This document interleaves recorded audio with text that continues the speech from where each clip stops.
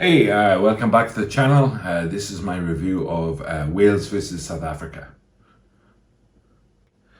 Again, lots of changes in the Welsh side, but one of the most important changes for the South Africa team was Siya Kolisi is back. The boss is back. So yeah, it was great to see him on the pitch again, and he actually had a fantastic game, so that was nice to see. Kolisi actually looked really pumped during the national anthems. He absolutely belted it out. And yeah, that's the kind of thing you can't measure the impact that it has on the team. And I think he was a really important player for South Africa, especially early on. South Africa put some nice phases together, and that man who looked up for it from the start, Kolisi, he produces a beautiful offload and feeds Marks, and Marks steams over for the try. And yeah, South Africa off to a fantastic start. Pleasingly, as a Welshman, the Welsh defence is quite aggressive, and they managed to make the South Africans cough up a penalty, and they kick it over. Costello kicks it over, and Wales are in the lead, and it's 6-5. I would say against the run of play, South Africa get the ball, and this is where they become very ruthless. There's good interplay between the forwards and backs, and the ball eventually gets out to Moody on the wing, who slides over and puts it down for a try. And very simple stuff from South Africa, but that's this kind of story of the game, is that when South Africa did get any sniff of an opportunity, they took it, and yeah, absolutely ruthless. When play restarts, Wales actually strike back, and they look pretty good. Definitely more structured attack from them than last time, and they get a penalty, and it's kicked, and it's 12 points to 9 in favour of South Africa, but it's at this point all to play for. I will say that South Africa really dominated the ruck in this game, and that was one of the key points of difference for the teams. South Africa were very, very aggressive at ruck time from the first whistle, and really paid dividends for them throughout the match. Wales kind of caught up with them later in the game, but by then it was too late. As for the set piece, as I said, the line-out went well for Wales, actually, barring a couple of one or two key moments. But scrum time, Wales struggled a little bit, and Azarati in particular, I think he had a tough time. But to be honest, you know, as a Welsh fan, he's a youngster going against like two of the best front rows in the world, so I can't really blame him too much, but Wales definitely did struggle at scrum time. And then we get to one of the most, I guess, contentious parts of the game. The ball is kicked into the Wales try line area, and Dyer bats it out, and I'm not sure. Like, you have to bear in mind that I am Welsh, so I'm gonna have a slightly biased opinion, and I accept that. I hope you do too. But I think it just went all downhill.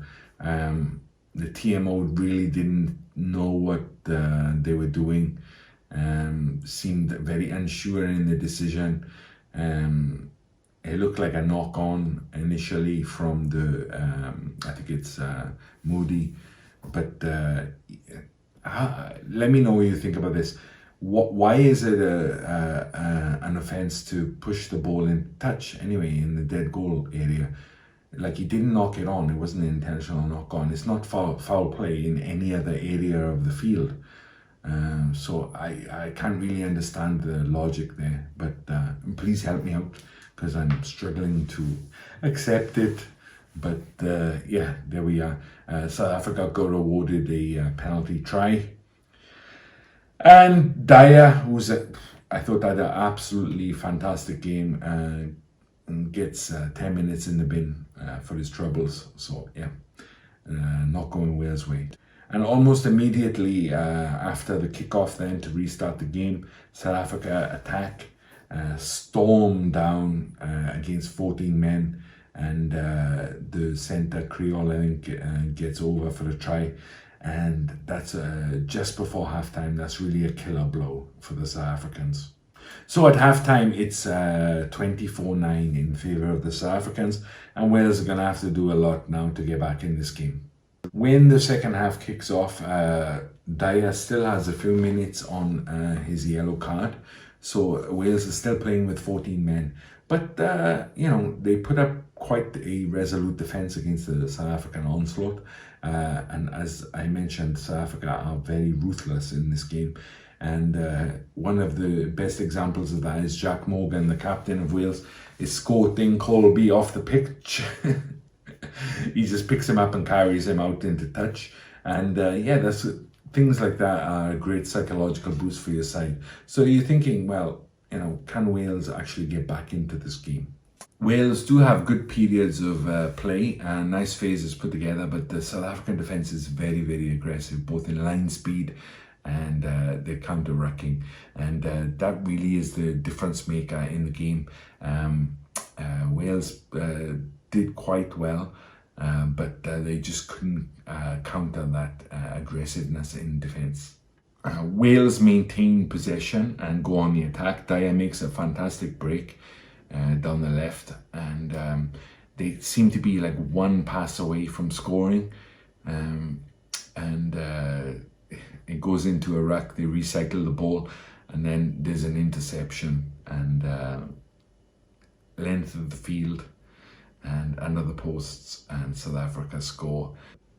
South Africa have mainly defended so far in this half, which is credit to Wales, but when South Africa do get the ball and they get in a reasonable position in the field, they attack very, very swiftly and very brutally.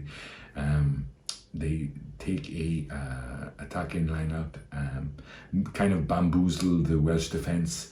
They run a set move and like a peel off the back, which no one was expecting, and get over for a try. So that's the difference at this point. Wales have had a lot of possession, a lot of territory, but couldn't convert. And South Africa immediately convert when they do get those things. Fair play to Wales, they don't give up and they're still attacking, and credit to their attitude and fitness levels that they can still do that late into the game. But unfortunately for them, a little bit of naivety maybe. The pass is intercepted, and I think it's Moody that grabs it and runs over underneath the post again, and it's getting to be quite a big score now. I think it's 45-9. This ruthlessness that we've talked about in terms of the South African attack comes to the fore again. They get an attacking line out. This time they don't run a set move. They go to the tried and tested. They push over an attacking maul and get a try again. And it's very difficult to stop them when they're in this mood. They look really comfortable and really happy playing together. And it's tough on Wales actually, who've played pretty well, I would say. Just ruthless from South Africa. Wales show some fight and show that they still want to play in this game, and they work their way down to the South African line, and Parry gets over and powers over for a try, and really I think that's just reward for the effort that they've put in. Things haven't really gone their way this match. I think they deserved that try, and it'll be a little bit of a confidence booster before the final whistle there. So to finish out the match, it's all Wales, to be honest with you. They continue to attack, but South Africa's defence is so strong that they can't really break through. South Africa do get a penalty, and strangely they go for the kick a goal. The commentators were saying maybe it's Libbok needs a practice. He misses it, which I think is not a good look. So maybe he should have gone for touch or something like that. But very, very comfortable win in the end for South Africa. So to summarise, I think that it was a bit of a hiding for Wales. South Africa, ruthless. When they had any kind of opportunity, they finished it really well, and finishing your chances is what Test match rugby is all about. Stayman, I thought, in the second row was very good. As for Wales, if you don't know, I'm a Welsh boy, so I'm a Welsh fan, and I should be down in the dumps, but actually I'm kind of pleased with not the 50-point loss, but the effort and character of the Welsh team to stay in the game. They could have even easily hung up their hats and said like that's it, we're out. But they didn't. They stayed and they kept battling until the very end of the game. And I think that's a credit to them. Also, South Africa are the most physical side in the world. And Wales did pretty well to match them, I thought. In the scrum, I think a couple of the players struggled. But like, what better test can you have than against the South African scrum and front row, the two front rows in particular. So for Wales, I don't think it's as bad as it's being painted in the media. I think all these youngsters are going to learn a lot, and this may be as a squad a game they look back at and think like, this is when we turned the corner, this is when we learned what it's like to play like the reigning world champions and what it takes to beat them. You can't just play well, you have to play great, and you can't give them any opportunity. As for South Africa, business as usual. Nice to see Razi there, and I think they'll be looking forward to the next match, and no doubt in my mind they are looking to retain their World Cup championship crown. So good luck to them. I love South Africa, but let's see how it goes. If you made it this far, thank you very much for listening. I appreciate the comment, like, subscribe, etc.